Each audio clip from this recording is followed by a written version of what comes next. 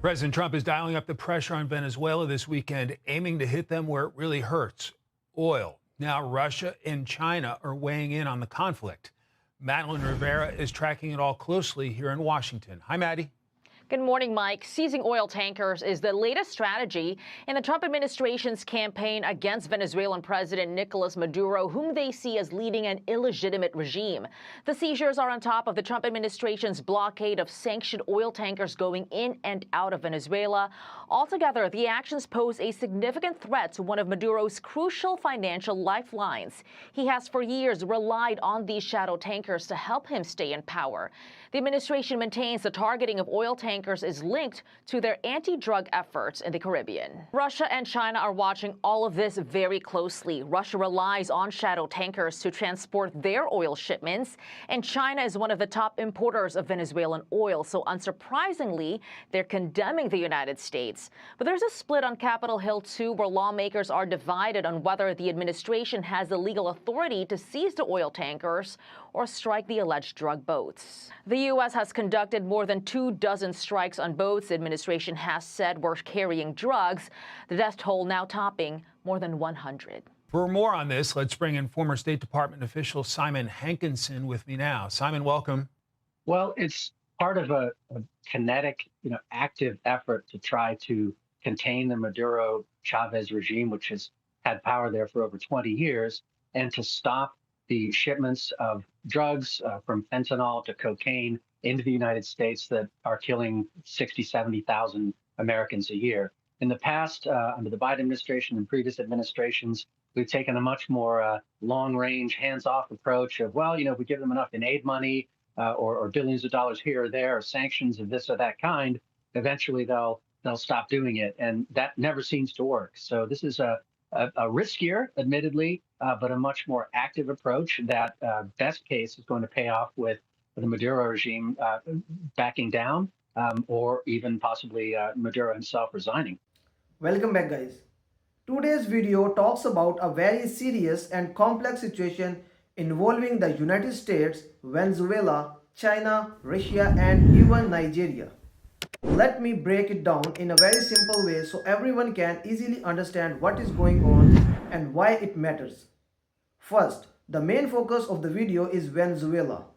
The Trump administration has increased pressure on the Venezuelan government, especially President Nicolas Maduro.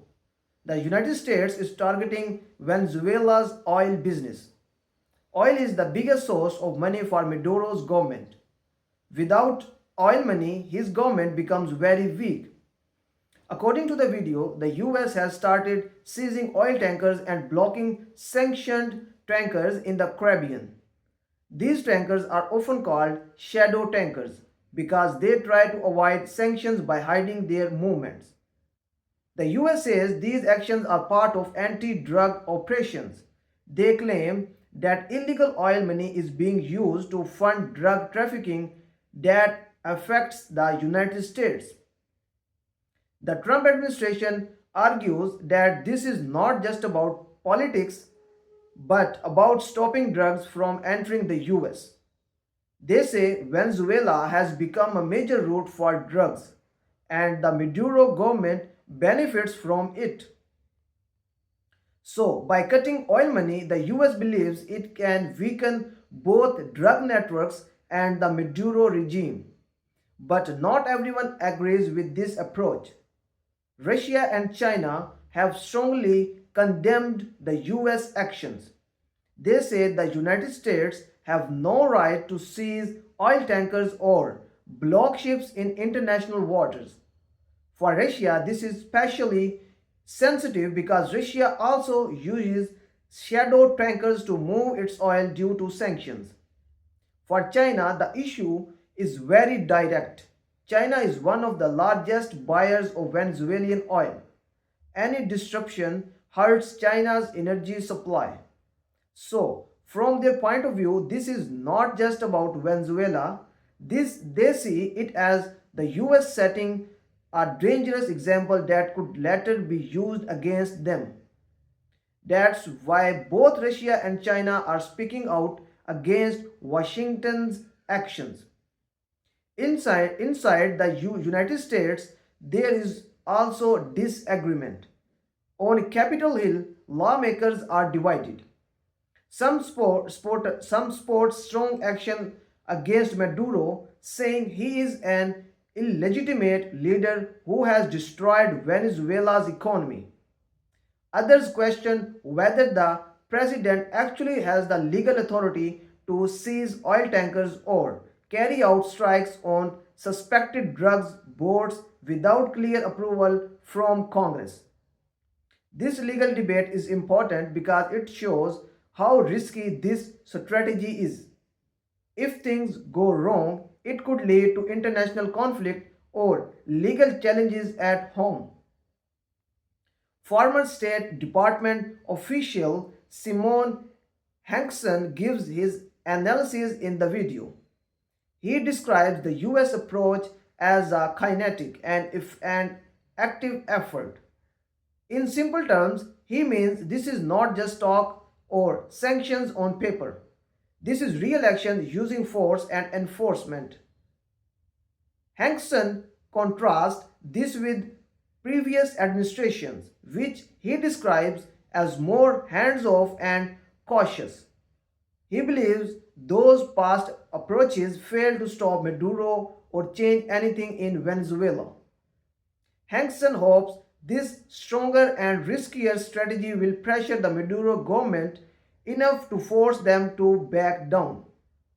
In the best case, he even hopes Maduro could resign. However, this is a big gamble. There is no guarantee that increased pressure will lead to positive change. Sometimes pressure makes leaders dig in even deeper. The video also reminds us of the suffering of the Venezuelan people.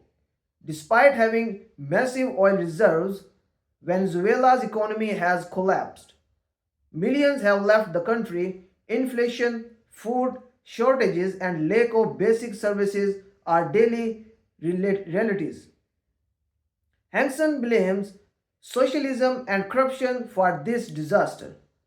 He argues that the system destroyed a country that should have been one of the richest in the region. Now, the video suddenly shifts to another part of the world, Nigeria.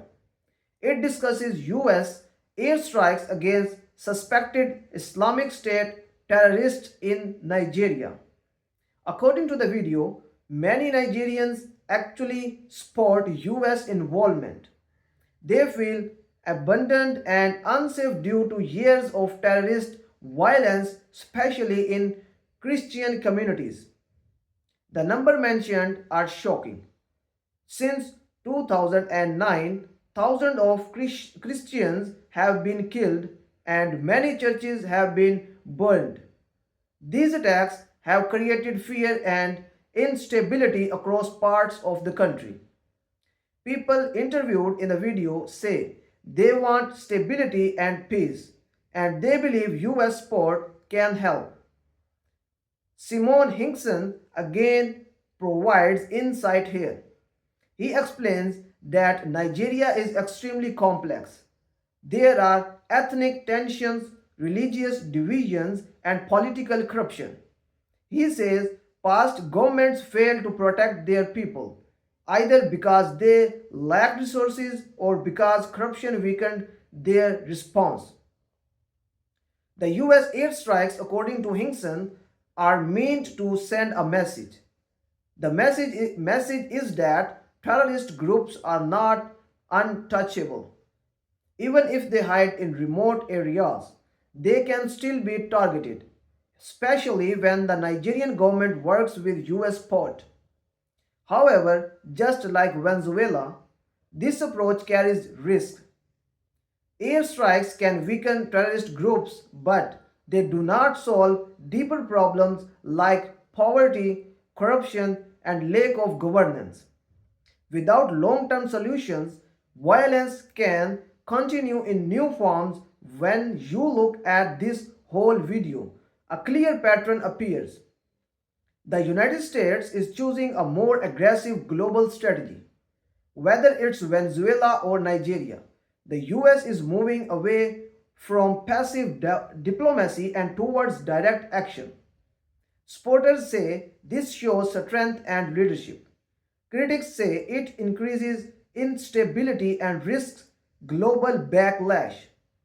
China and Russia see these actions as dangerous and self serving. Some Americans see them as necessary to protect national security. Others worry about legality and long term consequences. What is clear is that these decisions affect millions of people, not just politicians. Venezuela's struggling to survive, Nigerians living under terrorist threat, and even global energy markets are all impacted by these moves. In the end, the big question remains unanswered.